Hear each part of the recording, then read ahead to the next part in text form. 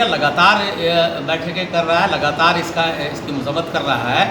تو press club of India نئی دہلی میں پچھلے دنوں یتی نرسمہانند سرسوتی نے پریس کانفرنس کر کے حضور صلی اللہ علیہ وسلم کی شان میں گستاخی کی ہے، اسلام کے خلاف بولا ہے، مسلمانوں کے خلاف دوسرے لوگوں کو بھڑکایا ہے، ہتھیار رکھنے کی بات کی ہے، مجاہدین آزادی کے خلاف انہوں نے کہا ہے، اور جو جمہوریت پر یقین رکھتے ہیں ان کے خلاف انہوں نے کہا ہے.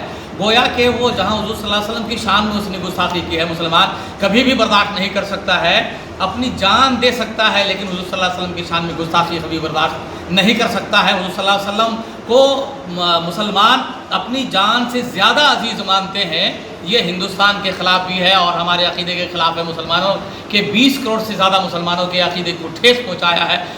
ہندوستان میں وہ دنگا کرانا چاہتا ہے، یہاں کی سالمیت کو چیلنج کر رہا ہے، یہاں کے قانون کو چیلنج کر رہا ہے، کھلے طور پر ہتھیار اٹھانے کی بات کر رہا ہے.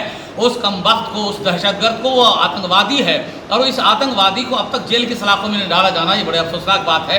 ادارے شریعہ جھارکھنڈ اس کے خلاف PIL کرے گا، گورنر سے ملے گا اور اجلاس کرے گا اور کر رہا ہے. پورے ہندوستان میں، پوری دنیا میں اس کا ویرودھ ہو رہا ہے، مگر مرکزی حکومت ہے کہ سوئی ہوئی ہے، ریاستی حکومتیں ہیں کہ جو سوئی ہوئی ہے اور اس کی پشت پناہی کر رہے ہیں. یہ حیرت کی بات ہے کہ مجاہدین آزادی جنہوں نے اپنی جان کی قربانی لگا کر ملک کو آزاد کیا، آج ان کے خلاف کھڑا ہوا ہے اور سیدھے طور پر ہتھیار رکھنے کی کچھ لوگوں کو تلقین کر رہا ہے کہ ہتھیار اٹھاؤ. اب ہتھیار اٹھانے کا وقت ہے. یہ کون کر رہا ہے؟ یہ بڑے بڑے آتنکوادی کر رہے ہیں، بڑے بڑے نکسلی کر رہے ہیں، یہ بڑے بڑے لوگ کر رہے ہیں، القاعدہ کر رہا ہے، دہشت گردی کر رہے ہیں. تو یہ ہندوستان کا بہت بڑا دہشت گرد ہے.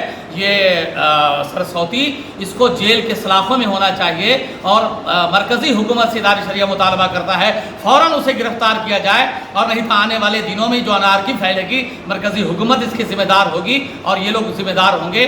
ہم ابھی تک صبر کر رہے ہیں، صبر کا پیمانہ لبریز نہیں ہونا چاہیے. ہم صبر و تحمل سے کام لے رہے ہیں اور ہندوستان کی سالمیت کے ساتھ کوئی کھلواڑ کرے گا، ادارے شریعہ جھارکھنڈ اسے برداشت نہیں کرے گا. رسول کی شان میں گستاخی کرے گا، ادارے شریعہ کبھی اسے برداشت نہیں کرے گا. اسے کیفر کردار تک پہنچا کے رہیں گے. آج کی جو بیٹھک ہے ادارے شریعہ جھارکھنڈ کی نگرانی میں، وہ اس لیے ہے کہ یتی نرسمہانند سوامی نے پریس کلب آف انڈیا میں حضور صلی اللہ علیہ وسلم کی شان میں گستاخیاں کی ہیں، ایسے الفاظ استعمال کیے ہیں